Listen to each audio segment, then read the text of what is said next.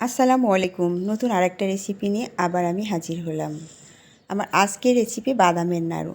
আমার মনে হয় প্রত্যেকের ছোট বড় সবার এই বাদামটা অনেক বেশি প্রিয়। তো আমি আজকে এই বাদামের নাড়ু বানিয়ে খুব সহজভাবে আপনাদের দেখিয়ে দেব। তো আমি কাঁচা বাদাম তেল ছাড়া বালু ছাড়া ভেজে এই বাদামের নাড়ু বানিয়েছি।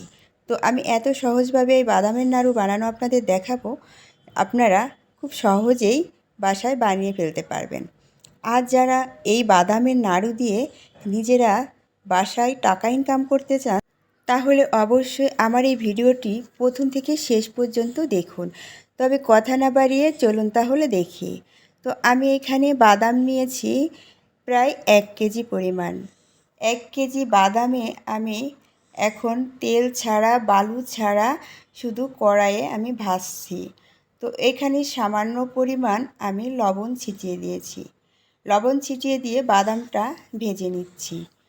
তো এই পর্যায়ে আমি এই বাদামের ভিতরে সামান্য পরিমাণ পানি ছিটিয়ে দেব। এই যে সামান্য পরিমাণ পানি ছিটিয়ে দিয়ে এখন বাদামটা একটু নেড়েচেড়ে ঢাকনা দিয়ে ঢেকে রাখবো। তো অবশ্যই ঢাকনা দিয়ে ঢেকে বারবার কিন্তু এটাকে নেড়ে দিতে হবে।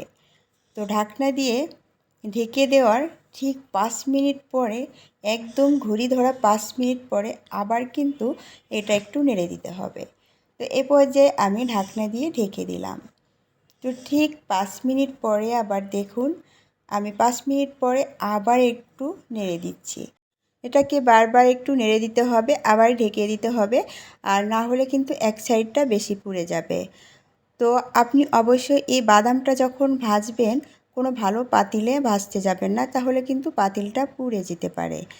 তো পাতিলটা নষ্ট হয়ে যাবে, এই জন্য আমি দেখুন লোহার একটা কড়াই নিয়েছি। এখন দেখুন আমার বাদামটা কিন্তু ভাজা হয়ে গেছে। এই হাত দিয়ে চাপ দিলে যখন দেখবেন যে উপরের ছোলাটা উঠে যাচ্ছে, তখন ভাববেন যে বাদামটা ভাজা হয়ে গেছে। তারপরে বাদামটা চাপ দিয়ে দেখবেন একদম ভেঙে যাচ্ছে। তো এরপর যে দেখুন আমি বাদামটা নামিয়ে ফেলেছি, আর আমার পাতিলের অবস্থা কি হয়েছে দেখতে পাচ্ছেন।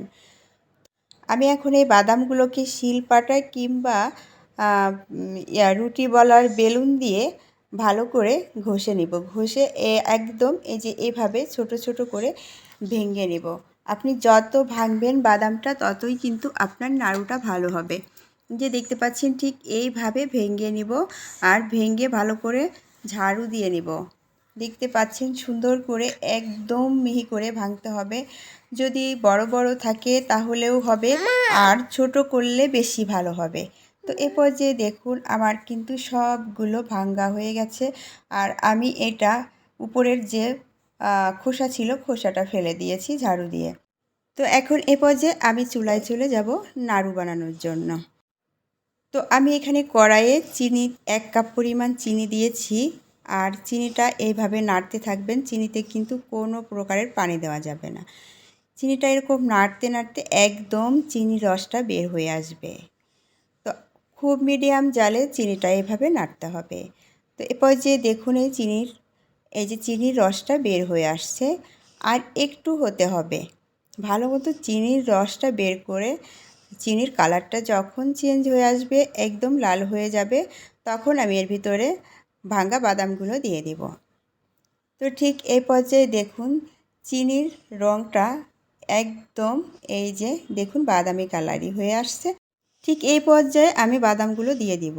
অবশ্যই আমি সব বাদাম কিন্তু দিব না, এখানে আমার হাফ কেজির অর্ধেক বাদাম আমি এর ভিতরে দিয়ে দিব। হাফ কেজির অর্ধেক বাদাম এখানে 1 কাপ চিনির ভিতরে আমি দিয়ে দিলাম।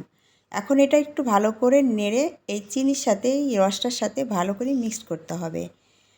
ঠিক মিক্সড করার এক পর্যায়ে এই যে দেখতে পাচ্ছেন এটা ভালো করে একটু নেড়ে মিক্সড করে নিতে হবে। মিক্সড করার পর আপনি আপনার মতো করে যতটুকু ছোট বড় করতে চান সেইভাবে করে আপনি নাড়ুগুলো বানিয়ে নিতে পারবেন। একদম দেখুন এইভাবে হাতে হাতে একটু ঘি মাখিয়ে নেবেন কিংবা তেল মাখিয়ে নেবেন, নিয়ে তারপরে নাড়ুগুলো বানিয়ে ফেলবেন গরম থাকতে থাকতে।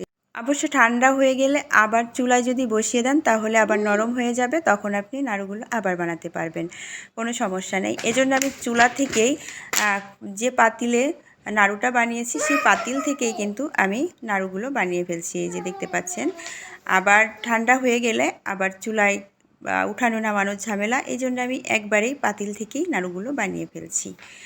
এভাবে আমি সবগুলো নাড়ু বানিয়ে নিয়েছি, যে দেখতে পাচ্ছেন সবগুলো নাড়ু আমার বানানো হয়ে গেছে দেখুন। আর এই নাড়ুগুলো নষ্ট হওয়ার কিন্তু কোনো চান্স নেই, সারা বছর আপনি বয়ামে রেখে খেতে পারবেন এই নাড়ু। আর যারা এটা বাসায় বসে যদি আপনি ইনকামের জন্যে কি বিজনেসের জন্যে আপনি বানাতে চান, তাহলে কিন্তু এটা আরও বেশি সুবিধা। এটা কিন্তু নষ্ট হবে না, আপনি প্যাকেজ করে আপনি এগুলো সেল দিতে পারবেন। তো আজ এ পর্যন্তই, সবাই অনেক অনেক বেশি ভালো থাকবেন। আর আমার এই ভিডিওটা যদি আপনাদের কাছে এতটুকু ভালো লেগে থাকে, তাহলে আপনাদের কাছে রিকোয়েস্ট থাকবে আমার চ্যানেলটা সাবস্ক্রাইব করে একটা লাইক দিয়ে শেয়ার করে দিবেন।